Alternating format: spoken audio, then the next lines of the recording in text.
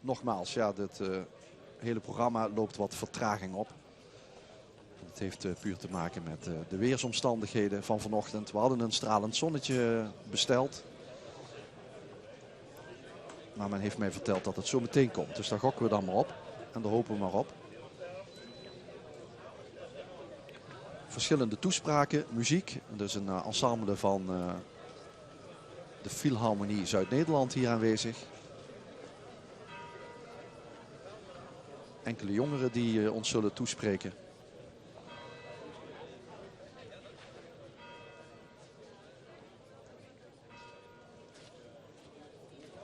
En de exacte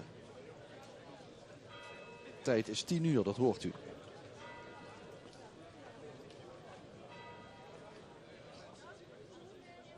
De kerkklokken van Mesh. Die vast en zeker ook op 12 september 1944 hebben geluid.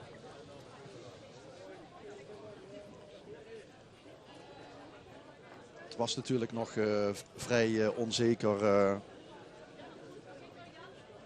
wanneer de Duitsers zich definitief zouden terugtrekken hier uit de dorpen in Zuid-Limburg.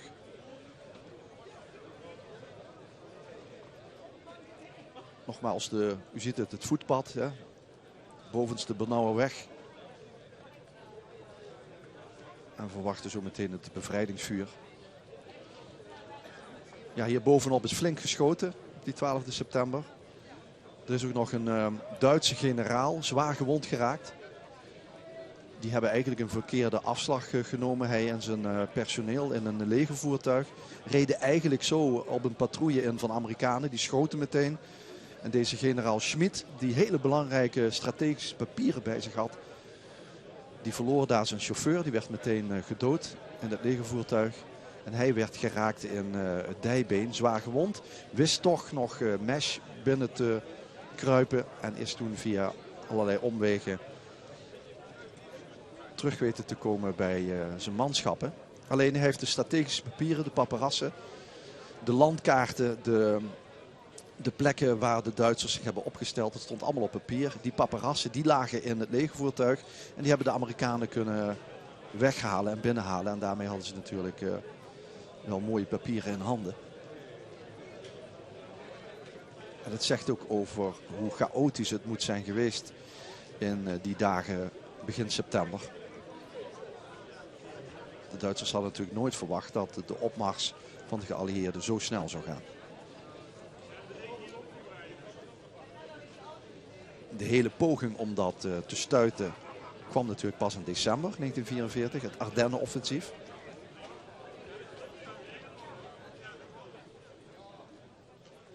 De schoolkinderen die de vrijheidsspelen doen uit Clairvaux en Hellenthal in Duitsland, Clairvaux in Luxemburg. Ja, die weten van natuurlijk de ouders en de voorouders wel hoe hard daar gevochten is. Die beide plaatsen zaten volop in het Ardennenoffensief. We gaan nog even boven naar de wei, naar Daina van Wankum, collega. Die mij kan vertellen hoe het precies zit met die vrijheidsspelen vandaag hier in Mesh. Daina, welkom, goedemorgen. Goedemorgen Tom, dat klopt. Ze zijn hier al druk bezig. Ze staan allemaal voor het podium waar vanavond ook een concert zal plaatsvinden. En het staat in het teken van de vrijheidsspelen. De vrijheidsspelen zijn eigenlijk een manier om de jongeren op allerlei manieren bewust te maken van wat de oorlog betekend heeft. Maar zeker ook om de bevrijding te vieren. Juist, maak er een mooie dag van. Dankjewel Daina. We kijken naar het podium ook daarboven. Dat is een soort muzikale introductie. En van de wei weer naar de basisschool. Niet alle klassen, de jongste klassen, die blijven in het dorp hier. Het zijn de jongste kinderen, de eerste groepen, groep 1 en 2. Die zijn nog in de buurt van de school. En alle oudere kinderen die zijn daarboven bij die vrijheidsspelen. Waar we ons zo meteen weer melden. De regie geeft volgens mij aan dat de eerste voertuigen eraan komen.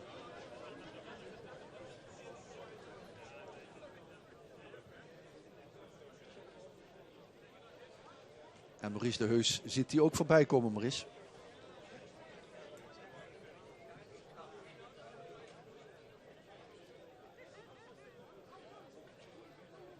Old Hickory veteranen, Tony Jaber, John O'Hare, George Ham en Peter Munger.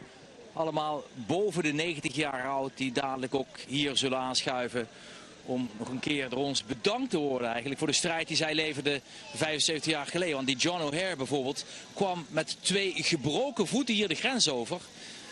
Die hadden de laatste 3 dagen moeten marcheren. Benzine was op, waren blijven staan in Brussel. En dat was een moeilijke tocht. 2 gebroken voeten dus, O'Hare. Hij komt dadelijk hier naartoe. Maar uiteindelijk kon hij pas in Engeland, in Londen, geopereerd worden. Een paar dagen nadat hij hier Limburg binnen was komen marcheren. Betrokken bij de bevrijding van Maastricht. En u ziet hier achter mij in die onderste Bernauweg, ziet u de voertuigen binnenkomen. De Bernauweg, die route dus waar kapitein Kent met zijn mannen vanaf 10 uur 's ochtends zich een weg schoot door de Duitse verdediging. Je kunt ook goed zien hier dat het een beetje omhoog loopt. Dus de positie van de Duitsers was heel goed hier in Mesch. Die konden eigenlijk van onderop de Amerikanen relatief eenvoudig onder vuur nemen. Dat is ook de reden dat de Amerikanen vooral door de velden, door de weien naar beneden kwamen. En je had eerder al chef Warnier hier, of chef Warnier moet ik zeggen, de schoolmeester. Even aan het woord, tenminste zijn zoons, die zijn ook hier vandaag. En die liet toen nog een gat zien in een van de heggen waar de Amerikanen doorheen kwamen. Om aan te geven, het kwamen echt door de weilanden naar beneden. Maar mooie beelden dus van veteranen die de 90 al ruim zijn gepasseerd. Een aantal dragers van het Purple Heart die zo dadelijk bij jou, Tom, zullen komen om het monument van Leonard Hoffman, Lenny Hoffman zoals hij genoemd werd, 24 jaar een keer opnieuw te eren. Ja, de onderscheiding van Purple Heart is voor soldaten die gewond raken tijdens de strijd.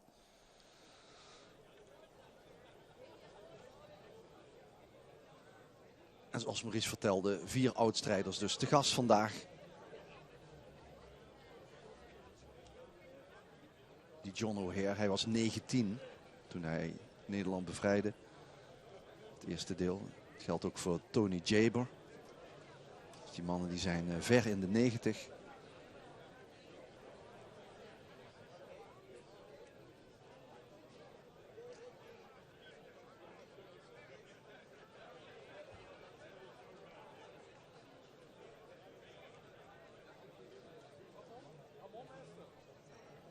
En het gaat hier van die bovenste Bernauweweg, dus beneden de Grijze Graaf op. Het centrum van Mesch.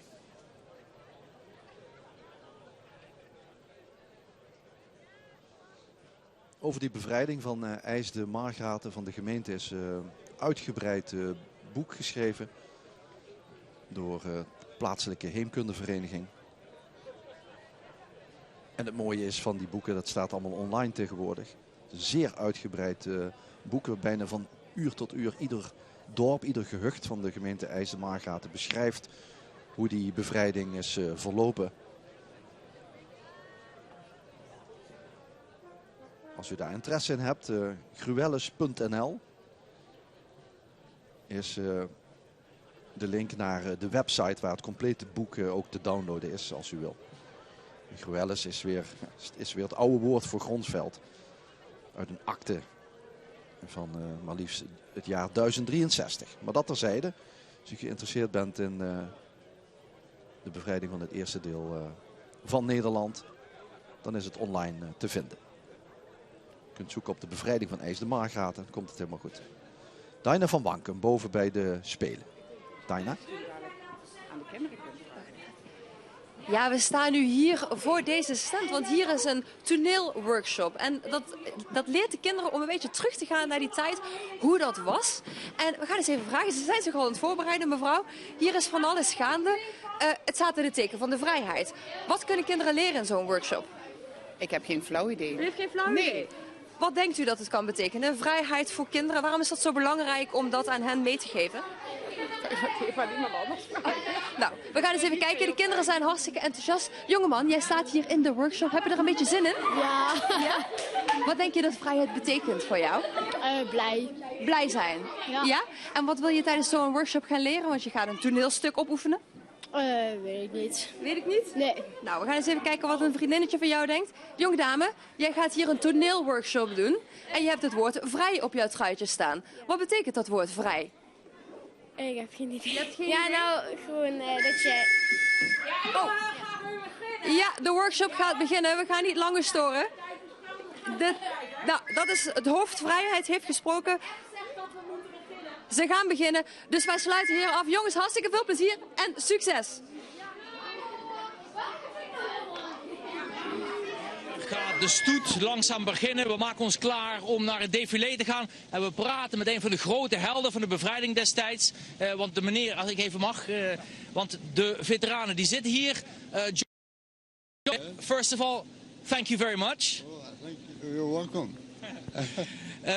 We were just talking about the fact that you liberated MASH, liberated this part of Limburg with 2 broken feet. Hij heeft Limburg met 2 gebroken voeten eigenlijk binnengemarcheerd. How was that possible? Well, I think I jumped off a building over a wall. I had so much ammunition and stuff on me that when I would jump down and just too much weight. And my feet apparently were more delicate than I was. My brain was delicate. And maybe it was something that I had to jump or else. I don't remember. I don't know how it happened. Hij sprong van een gebouw af en daarmee inderdaad, I'm translating quickly, en daarmee inderdaad brak hij zijn 2 voeten. Now you're coming back to MASH, to the place where you entered 75 years ago. Yeah. What do you remember about that time? Hier kwam je terug 75 jaar geleden. Wat kunt u zich nog herinneren? I remember the buildings, and I didn't. We looked at the buildings to see if there were any Germans there, and I guess we didn't find any because we checked them out, but we thought that there would be Germans, and there weren't. As I remember, my memory was not very good. Hij zegt, ik kan me niet meer zo heel goed herinneren. Ik kan me alleen herinneren, er was niet zo heel veel tegenstand. What do you remember about the people that welcomed you here? De mensen die je hebben verwelkomd uit MASH. Wat kunt u zich daarvan nog herinneren? All the way from the moment we crossed the border, we were given fruit and anything people had. And once they heard the tanks, they knew that we were permanently there. And they came out of their cellars. But for a while, when they came, we looked like nobody was here. And all of a sudden, hear the tanks, they say, they're going to stay. Thank you very much. We have immense appreciation for you. We will talk to you. I wanted to add about the Dutch people when we arrived. I was with an intelligence and reconnaissance platoon with the 120th Regiment. So we were doing special duty, and we arrived in Herleen, and we stayed there, and the Dutch people just took great care of us. I had the best potato soup ever. De beste aardappelsoep ooit gehad. Thank you very much. We'll talk later after you go down. Hier zijn ze dus, de veteranen, en u hoorde het al. De aardappelsoep die was supergoed. En John O'Hare die vertelde inderdaad van ja, we kwamen hier binnen, maar we zagen eigenlijk helemaal niemand. Dat kwam omdat iedereen natuurlijk in de schuilkelder zat, want de gevechten waren goed te horen. En degene die u eerder in het programma zag, chef Wanier, die kwam naar boven omdat de tomatensoep op stond. Die moest hij goed houden en dat was ook de reden dat hij even buiten kwam kijken. Tomatensoep eigenlijk dus heeft hem eeuwige roem gebracht. Dit, de soldaten die gevochten hebben voor ons, er waren ook veel zwarte, veel donkere Amerikanen die bij de bevrijding van Limburg betrokken waren. U zag een van hen afgelopen week bij L1. Er was een visite hier in Brunsum en ook op het Oorlogskerkhof in Margraten. Jos van den Broek, die sprak met hem en zocht hem op. Hier is Matthew Brown uit de Verenigde Staten van Amerika, Private First Class. Matthew. Tijdens de viering van de slag om de Schelde werd hij nog volop geëerd en onderscheiden. Matthew is aan land gegaan in Normandië op D-Day. Hij heeft de Elbe overgestoken, de Rijn overgestoken. Hij heeft ons land bevrijd en hij is hier 98 jaar oud. I have been in the presence of royalty. Shook the hand of the Queen and the King, and we conversed a few moments, and that was it. But it's a moment that I will never, never, never forget. I've never seen so many people De rol van de zwarte Amerikaanse soldaten in de oorlog bleef altijd onderbelicht. Ze werden gediscrimineerd en waren ondergeschikt. Maar toen er te veel witte soldaten sneuvelden, moesten ze wel mee naar het slagveld. De onderdrukkers waren de witte Amerikanen. Die moesten niets hebben van de zwarte. Maar de regering en het leger had zwarte Amerikanen nodig. En daarom zijn er 900.000 African Americans, zoals ze zeggen in Amerika, at home and abroad. Die hebben geholpen bij de bevrijding van Europa. En die verdienen een grote pluim. En die verdienen een ontzettend grote pluim. Now, when I tell that story in America, people say, what? Well, why? Why you had to be bust down? Well, the answer is obvious. They did not want soldiers who look like me giving orders to soldiers who look like you. That's absurd, isn't it? In the Netherlands, sure enough. Yes, you are. Ja, u bent in Nederland. Where I fought my way over the Elbe River and the Rhine River into Berlin. I can't believe it. Alle eerbetoon en aandacht voor de bevrijders doet hem goed. Want vrijheid lijkt zo gewoon, maar is dat niet. But since I've been here, somebody or somebodies said to me, thank you that I was born free. I thought that that was a profound statement. Mooie reportage van collega Jos van den Broek. We zijn terug in het centrum van Mesh. En als u daar groot interesse in heeft, hoe die Amerikanen vochten, of ze nou blank of donker waren, dan is misschien een prachtige serie op een van die apps of zenders. Ik mag geen merk noemen, maar het eindigt op X. Die serie die heet The War, dat is een Amerikaanse serie. Die verder niks verhult en heel duidelijk laat zien hoe de Amerikanen gevochten hebben in de Pacific en Europa, hoe alles is voorbereid. En die serie die heet The War. We zijn live op de Grijze Graaf. En het woord is aan Jos Kouwmans. Hij is hier vandaag ceremoniemeester, maar dat is hij ook bij de Nationale Dodenherdenking op de Dam in Amsterdam. Jos Kouwmans uit Stein. Kolonel der Mariniers, buitendienst.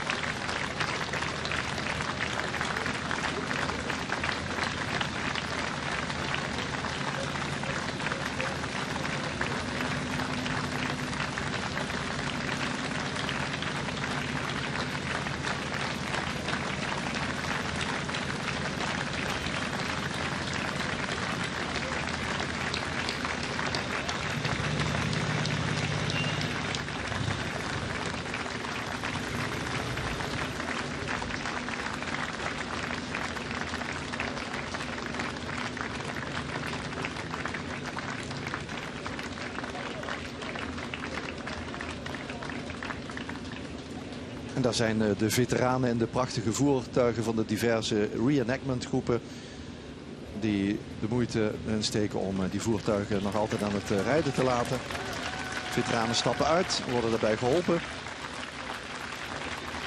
krijgen sowieso begeleiding van de Best Defense Foundation.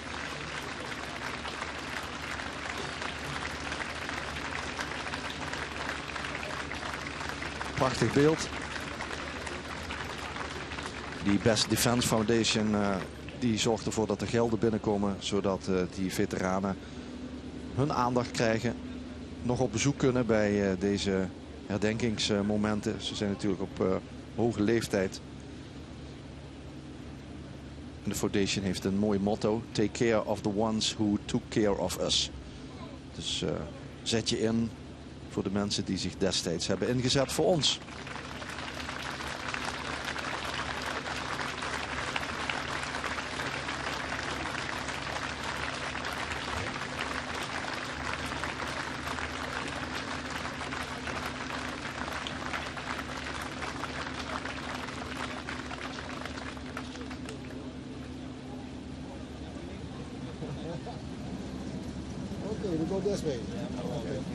Het zijn natuurlijk onze belangrijkste gasten vandaag.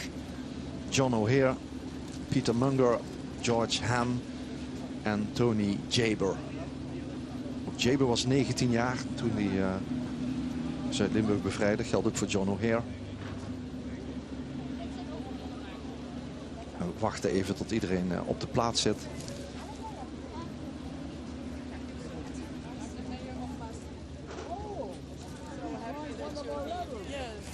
I'm so happy that you're here. Thank you for coming. We'll see you tomorrow.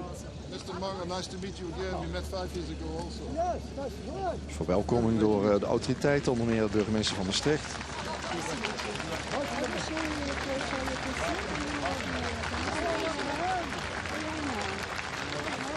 Annemarie Pen te Straken.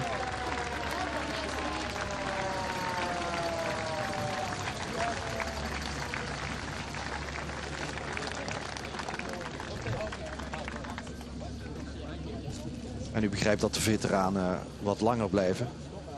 Een aantal dagen. Er zijn diverse herdenkingen en bevrijdingsconcerten de komende dagen in het zuiden en sowieso het hele jaar in de hele provincie.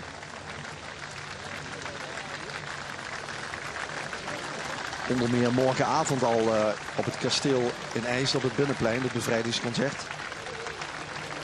De vrijheid maak je samen. Met de Koninklijke Harmonie Saint-Cécile uit IJsden, die daar een heel programma hebben. En onder meer ook de hymne 75 jaar vrij van componist en dirigent Christian Jansen gaan spelen. En ook gaan we daar zo meteen iets van horen hier in het centrum van Mesch. Speciaal geschreven voor deze verjaardag, voor dit moment, door Christian Jansen. Met een tekst erbij van collega Frans Pollux ook.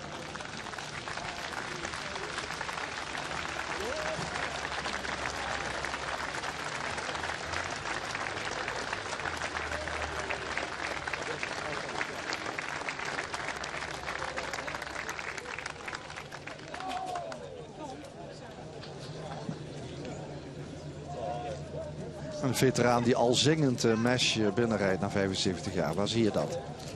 Daar boven op het dak van de wagen. Verwelkomd door onze gouverneur Theo Bovens. Daar staat hij, ja.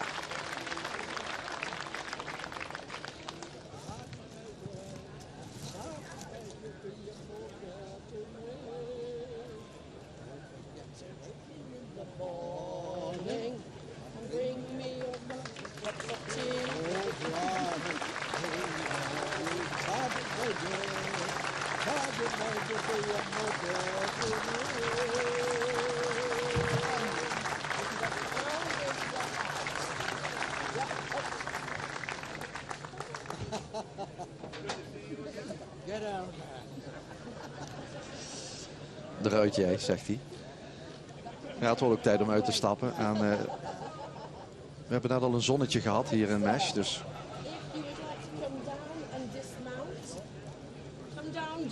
eerst de veteraan eruit. Wordt geholpen bij de deur van dit voertuig. Get out. Oh, here we go.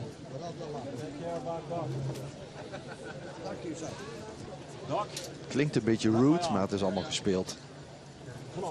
Zo gaat het met reenactors. That is so. Yeah. One. British are doing well, aren't they? Oh, we're doing okay, sir. Okay, come on. You got it? Yes. You are landed on the ground. There we are. There we are, yeah. I've got the governor in the middle of Maastricht. Hi, good morning. How are you? All the better for being here. Kissing for me. Oh, Jesus. Oh, no, it doesn't work.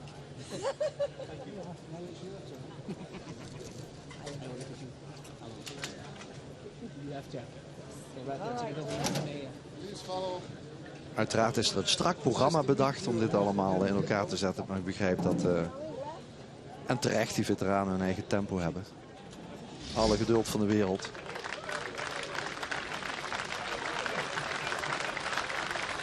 U ziet, er komen nog meer voertuigen aan. Dus voor ons een mogelijkheid even naar collega Daina van Wankum te gaan. Daarboven op de wei, bij het feest. Daina. Ja, de vrijheid, dat moet natuurlijk gevierd worden. En dat gebeurt hier, want de kinderen zijn druk aan het knutselen. Hebben jullie er een beetje zin in, James? Ja! Nou, dat is heel enthousiast. Jullie zijn aan het knutselen, een steen aan het... Ik moet een beetje oppassen hier. Wat zijn jullie aan het maken? We zijn vormen, zeg maar, in steen aan het maken die te maken hebben met het teken van vrijheid. Het teken van vrijheid, maar dan denk ik aan heel veel dingen. Wat voor symbool maak jij in jouw steen? Ik ga een hartje maken met de V van vrijheid. En waarom een hartje? Omdat ja, de Amerikanen hebben ons wel geholpen. En ja, daar vind ik het hartje dan wel voor. We zijn natuurlijk heel dankbaar. En jij bent natuurlijk ook iets aan het maken in jouw steen. Wat komt daar zo meteen uit? Ook een hartje met een V erin. Ook een hartje met een V erin. En wat gaat er straks met die stenen gebeuren als ze allemaal klaar zijn? Waar gaan ze dan naartoe? Ze zeiden dat we van boven een foto zouden gaan maken. Van bovenaf. Dus al die stenen die worden hier neergelegd en dan wordt er een foto gemaakt. Ja, dat zeiden ze tegen ons. Oh, nou, dan wens ik jullie nog heel veel plezier en heel veel succes.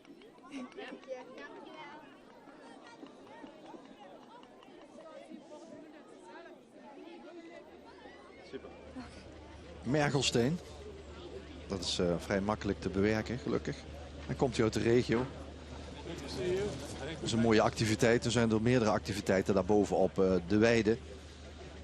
Waar volop gespeeld wordt. En dan kan hier in de dorpskern het serieuze deel plaatsvinden. Zometeen. Als de veteranen zijn uitgestapt. Dat gaat nog wel even duren. Er zijn flinker wat voertuigen. En de collega Maurice de Heus, die staat er vlakbij, Maurice. We staan er vlakbij inderdaad, waar de Air Brigade wordt verwelkomd op dit moment door de gouverneur, natuurlijk tegenover. Hiernaast staat ook Mighty Fair Buddy, Piet Hoekstra. Dat is de ambassadeur in Nederland. En een grote meneer wel, want een aantal maanden geleden was hij nog in de race om eventueel chef te worden van alle Amerikaanse inlichtingendiensten. Dus kom altijd bij Memorial Day in Marktgaten. Vol respect is hij eigenlijk voor het programma dat hier woont.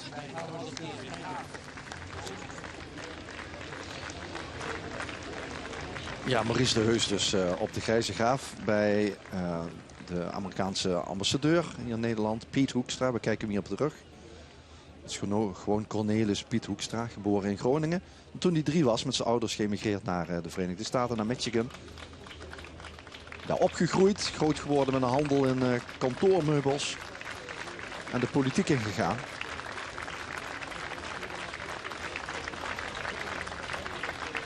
En in januari 2018 ambassadeur geworden. De volgende veteraan met links de burgemeester van IJs de Margraten. Dieudonné Akkermans. Het voltallige gemeentebestuur hier aanwezig.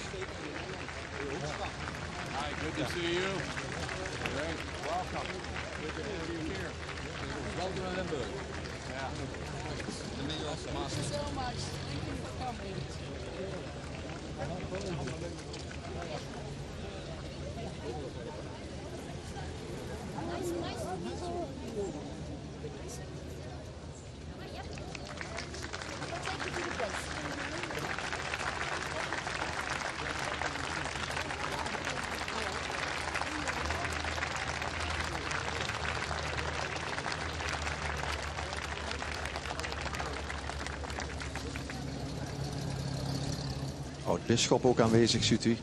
Frans Wiertz.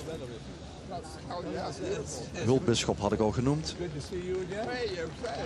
En de perschef van het bisdom, Stan Hoen, ook erbij.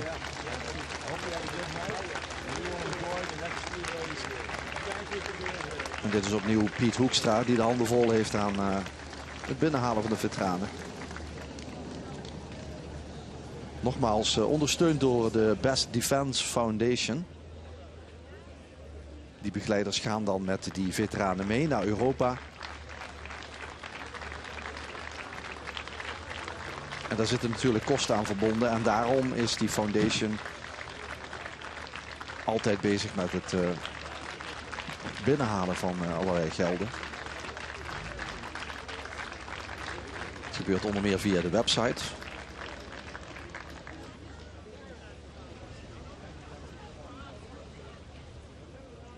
Ja, het 117e regiment, dat stak hier de bovenste Bernauer weg over. Van België naar Nederland. Om het eerste deel van Nederland te bevrijden. Onderdeel uitmakende van de Old Hickory, 30e Infanteriedivisie. Herkenbaar aan de blauw-rode vlag.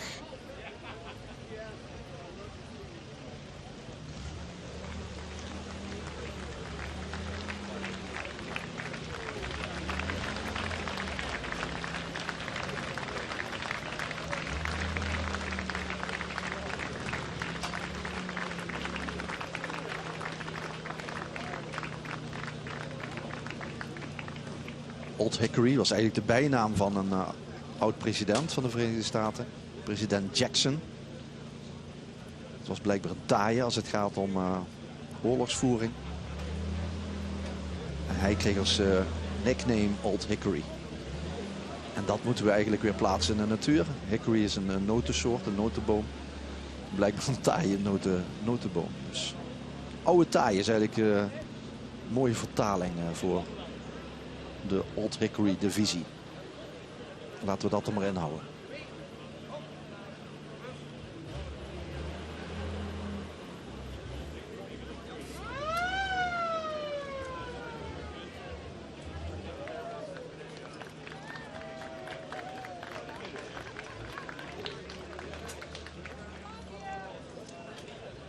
Dit zijn de reenactors. De mensen die het mooi vinden om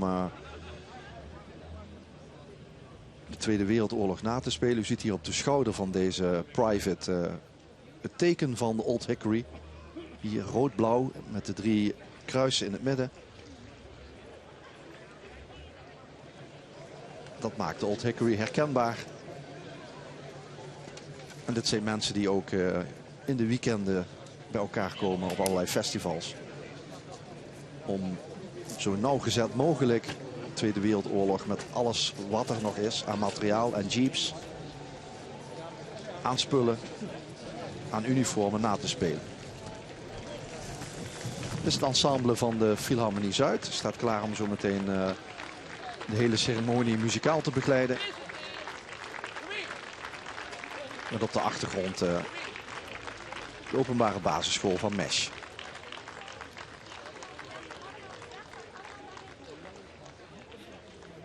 Bevrijdingsvuur.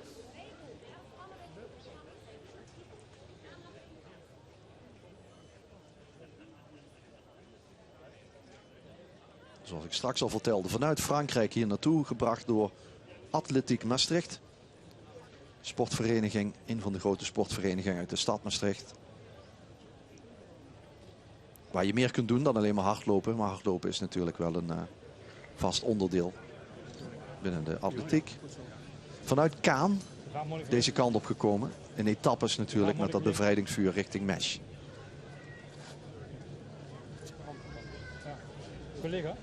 En dat vuur wordt hier op de Grijze Graaf doorgegeven. Maar dat ziet u zometeen allemaal vanzelf.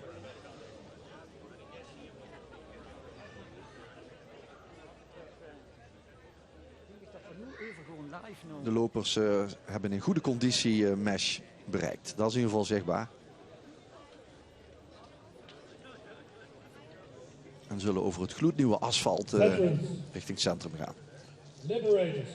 Dit is Jos Kouwmans nog een keer, de ceremoniemeester van vandaag. After 75 years, once more you are back. Hij verwelkomt de veteranen. I think that deserves an applause. De hoge leeftijd van de heren vraagt om een groot applaus. En dat krijgen ze ook.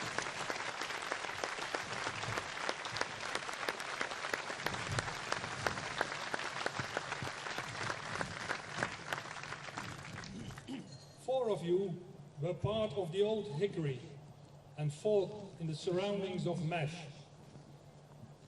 John O'Hare served in E Company, 117th Infantry Regiment, 30 U.S. Infantry Division.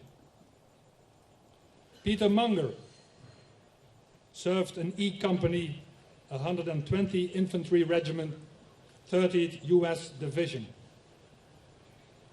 Tony Jaber served in E Company, 120th Regiment, 30th U.S. Division.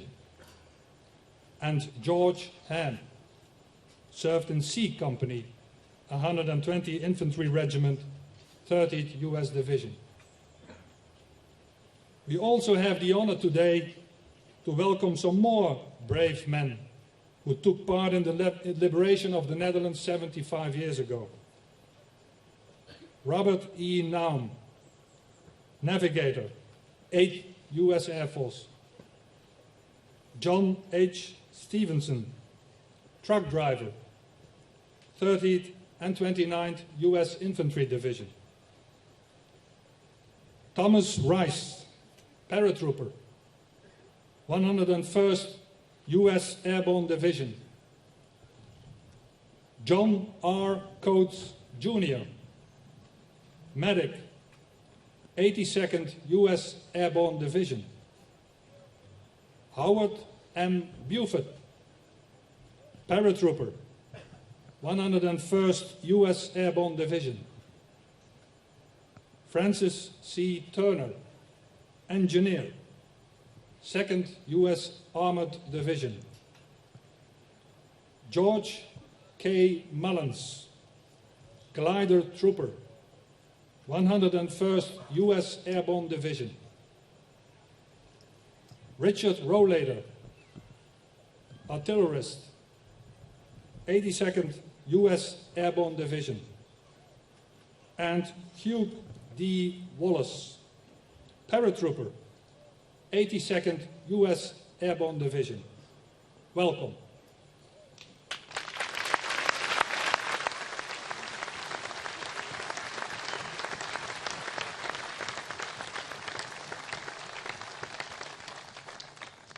Excellenties, dames en heren. Mag ik u verzoeken te gaan staan voor het volkslied van de Verenigde Staten van Amerika en van het Koninkrijk der Nederlanden. Excellencies, ladies and gentlemen, would you please rise for the anthems of the United States of America and the Kingdom of the Netherlands.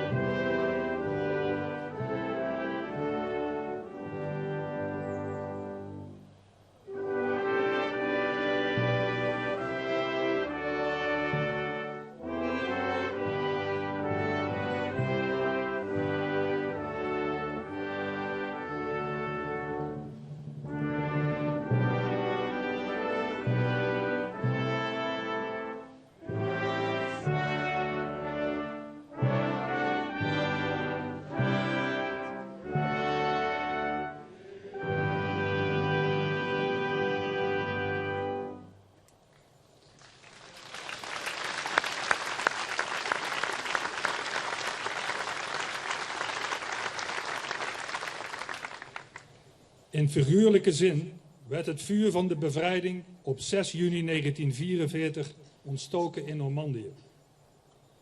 Bij de viering van de bevrijding van Limburg in 1951 waren het lopers van de Vereniging Atletiek Maastricht die dit symbolische bevrijdingsvuur in Caen, Normandië, ophaalden om het in estafettevorm naar Limburg te brengen.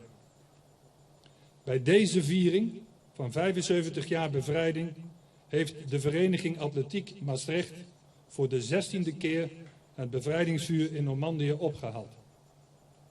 Op 7 september zijn 2 groepen lopers gestart in Caen om vervolgens ongeveer 950 kilometer af te leggen naar Limburg. En vandaag is hier in Mesch het bevrijdingsvuur gearriveerd. On the 6th of June 1944, the liberation of Europe started in Normandy.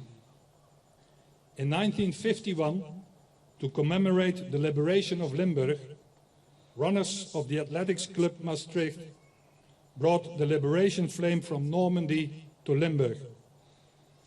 Today, celebrating 75 years of liberation, the Athletics Club Maastricht again brought the liberation flame from Normandy to Limburg. On the 7th of September, 2 groups of runners started in Caen, Normandy, for a 590-mile route. And today, the liberation flame has arrived in Mesch.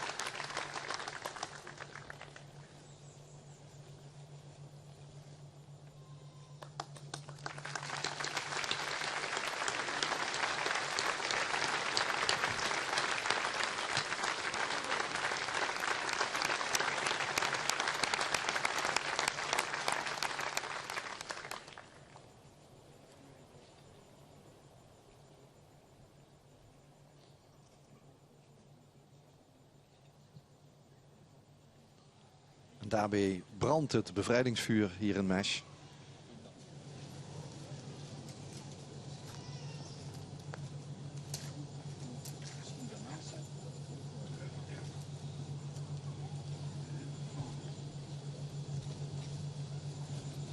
En wordt ook deze bevrijdingsvlag overhandigd via Atletiek Maastricht aan de burgemeester van IJsden-Margraten, de heer Akkermans.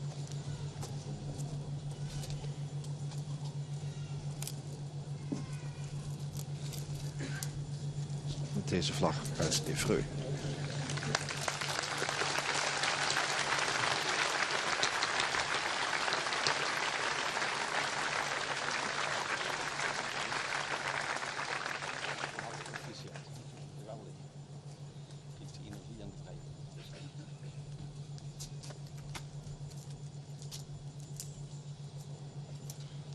En dan volgt nu een aantal toespraken. Dames en heren, de gouverneur van de provincie Limburg, de heer Bovens. Ladies and gentlemen, the governor of the province of Limburg, Mr. Bovens.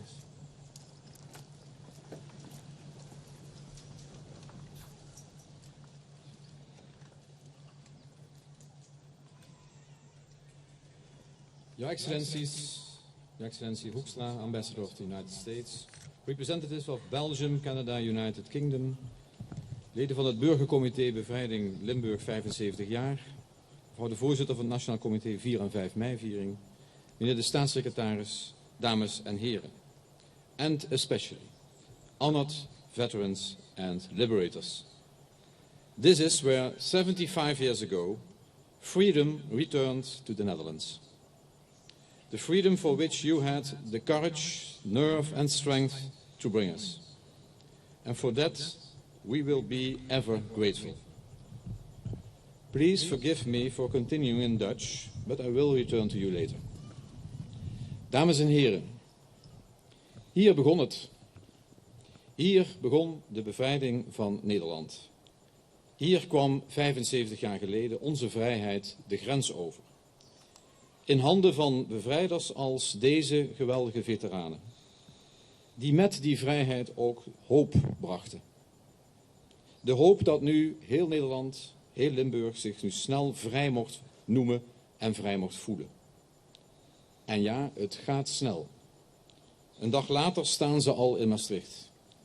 En binnen een week wappert ons rood-wit-blauw in vrijwel heel Zuid-Limburg. Maar dan stokt het. Maakt de hoop plaats voor wanhoop. Voor zij voor wie het nazi-juk nog niet verdween. Zoals bijvoorbeeld voor de 30.000 inwoners van het nog bezette Kerkrade. Die op 25 september het bevel krijgen om hun huis en haard te verlaten. En dwars door de frontlinie heen hun heil moeten zoeken. Bijzonder ontroerend, zo beschrijft een bevrijder later deze hachelijke evacuatie waarbij doden en gewonden vallen. Pas een volle maand later kunnen de Kerkradenaren terugkeren. Naar een weliswaar vrije, maar ook een stuk geschoten en leeg geplunderde stad. En het is diezelfde wanhoop die ook aanklopt bij de honderden inwoners van Stijl, dat tegen Tegelen aangeplakte kloosterdorp aan de oostelijke Maasoever in Noord-Limburg.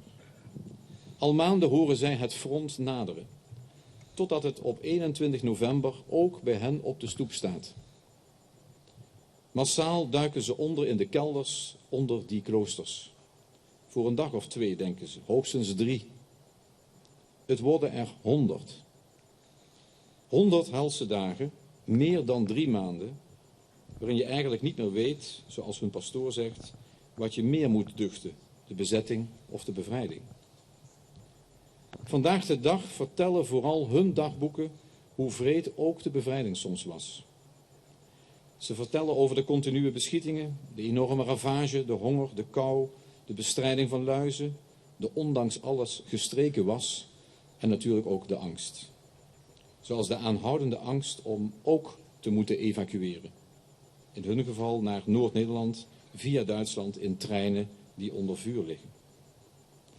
De 100 dagen zijn uiteindelijk op 1 maart 1945 voorbij. 3 dagen voordat ook het laatste Limburgse dorp, Arsen, wordt bevrijd. En bijna 6 maanden nadat wij hier in Mesch als eerste van de vrijheid mochten proeven. Dames en heren, ik zeg wij, maar wij, de meeste van u en ik, hebben die oorlog en die bevrijding helemaal niet meegemaakt. Wij kennen enkel de verhalen verteld door onze ouders, onze grootouders of opgetekend in dagboeken. Verhalen die beelden oproepen die zich ver van ons bed afspelen. Enkel anderen elders in de wereld overkomen. Al herkennen we misschien wel iets uit het dagboek van een heerler heidenaar die zich in afwachting van de bevrijders afvraagt of, en ik citeer, de Amerikanen heus zo'n knappe kerels zijn, zodat een Hatcher-jong niet meer in tel geraakt. Einde citaat. Maar verder zijn wij allen onwetend. Onwetend van hoe het is om niet in vrijheid te leven. Onwetend van hoe het is om niet onze mening te kunnen verkondigen. Net zoals we onwetend zijn van woorden als invasies, anders dan die van toeristen. En juist daarom, dames en heren, is het goed dat wij zo uitgebreid 75 jaar bevrijding gaan vieren. Niet enkel om te feesten, maar bovenal om te beseffen hoe belangrijk het is om bevrijd te blijven. Om bevrijd te blijven van ideeën die de ene mens boven de andere stellen. Om bevrijd te blijven van het kwaad dat vooral in de extreme schuilt. Om bevrijd te blijven van bullebakkerij, om er een paar uitdagingen te noemen, waar we samen voor staan. Samen en niet alleen, zonder dat die ander daarvoor zijn leven moet geven, als zoveel van onze bevrijders dat doen. Opdat wij, zoals op het bevrijdingsmonument van het destijds zo geteisterde Kerkrade zo prachtig staat beschreven, opdat wij de vrijheid waard blijven. Ook de komende 75 jaar. Honored veterans, I was just saying that the liberation did not go as fast everywhere as it did here in Mesch. And how people had to be evacuated, go into hiding and lived in fear for months, even including the fear that you would be so good looking that the girls would only have eyes for you. Once again, thank you for being here then, but also thank you for being here now. It's your presence that makes us realize so much more that we must remain worthy of freedom. The freedom that you gave us 75 years ago at the risks of your own lives. Thank you very much. Thank you again.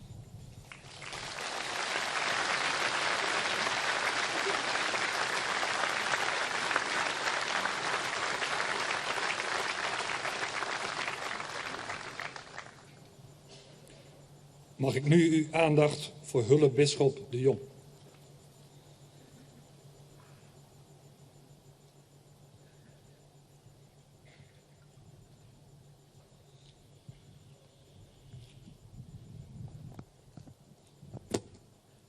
Goede Vader in de hemel.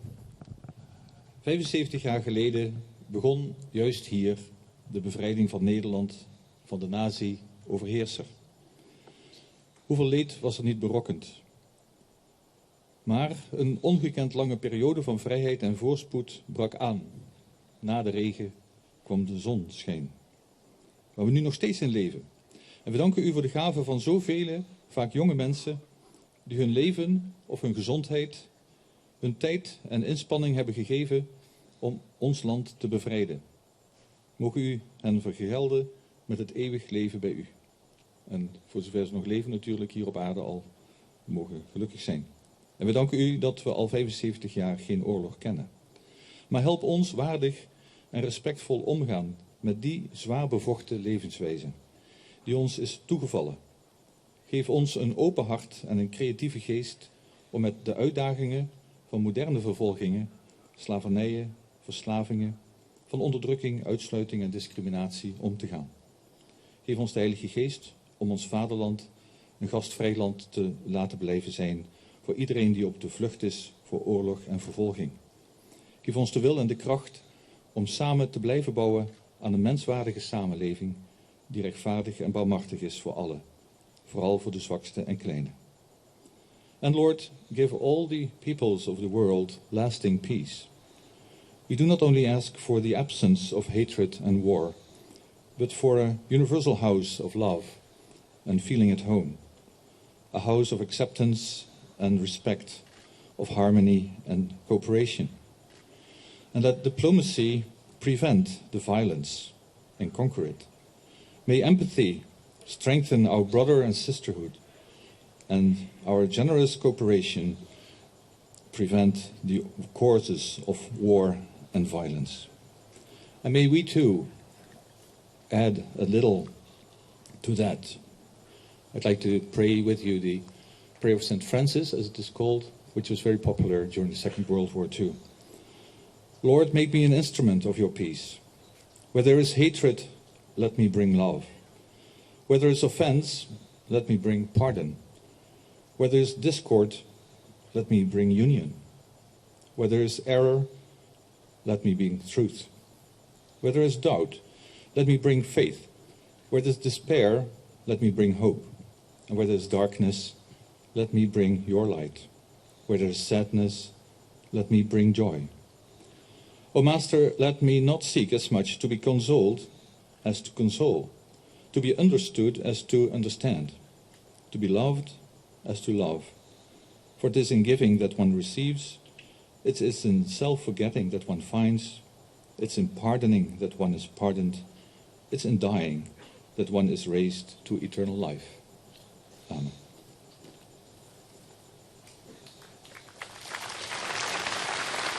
Everhard de Jong, de hulpbisschop van de Bisdom Roermond, met een gebed en een dankwoord.